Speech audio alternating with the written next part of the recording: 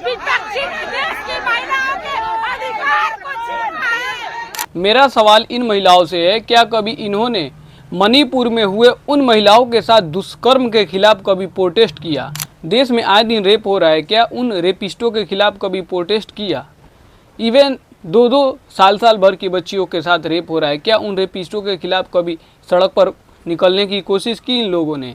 ये सत्ता के भूखे सत्ताखोर लोग एक एक्ट के लिए प्रोटेस्ट कर रहे हैं, लेकिन इसके पीछे की सच्चाई क्या है, इस एक्ट की कितनी सच्चाई है, चलिए मैं आपको बताता हूँ।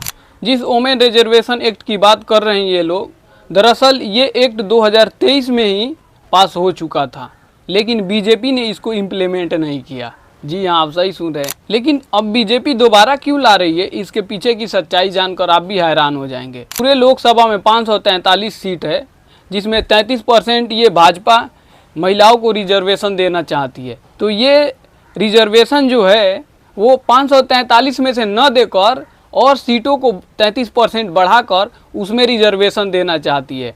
भाई, तुमको महिलाओं की इतनी ही चिंता है तो अपने 33% सीटों पे महिलाओं को लड़ने दो अगले चुनाव में, 2029 के चुनाव में। तो ये क्या कर रही है कि 33% को बढ़ा करके, यानी लोकसभा में और सीटें बढ़ाकर 33% उस पर महिलाओं को देना चाहती है, ताकि ये जितने भी देंगे महिलाओं को तो कहेंगे हाँ हमने ये रिजर्वेशन एक्ट लाया, तो ये महिलाएं ऑफकोर्स उनको सपोर्ट करेंगी।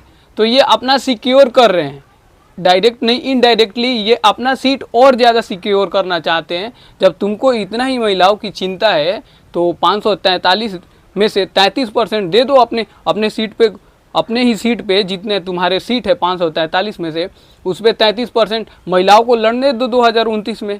तो नहीं, ये चाहती है कि लोकसभा में और ज़्यादा सीटों को बढ़ाकर 33% महिलाओं को उसमें से आरक्षण दिया जाए। तो ये किसका फ़ायदा है? डायरेक्टली बीजेपी की फ़ायदा है। वही मैं सोच रहा था कि बीजेपी को महिलाओं की इतनी चिंता कब से होने लगी।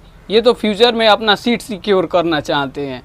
यार, मुझे समझ में नहीं आता इस देश की जनता को हो क्या गया है, ये छोटी सी बात नहीं समझ पाते हैं। बड़े बड़े एंकर, बड़े बड़े टीवी चिल्ला रहे हैं, ये देखो कांग्रेस ने भाजपा महिलाओं के साथ क्या कर दिया, ये कर दिया, लागू नहीं होने दे रहे, महिलाओं को आरक्षण नहीं दिया जा रहा है। यार, चुतियापा की हद होती है, सुधर जाओ यार। देश वैसे भी नर्क की खाई में डूबा जा रहा है।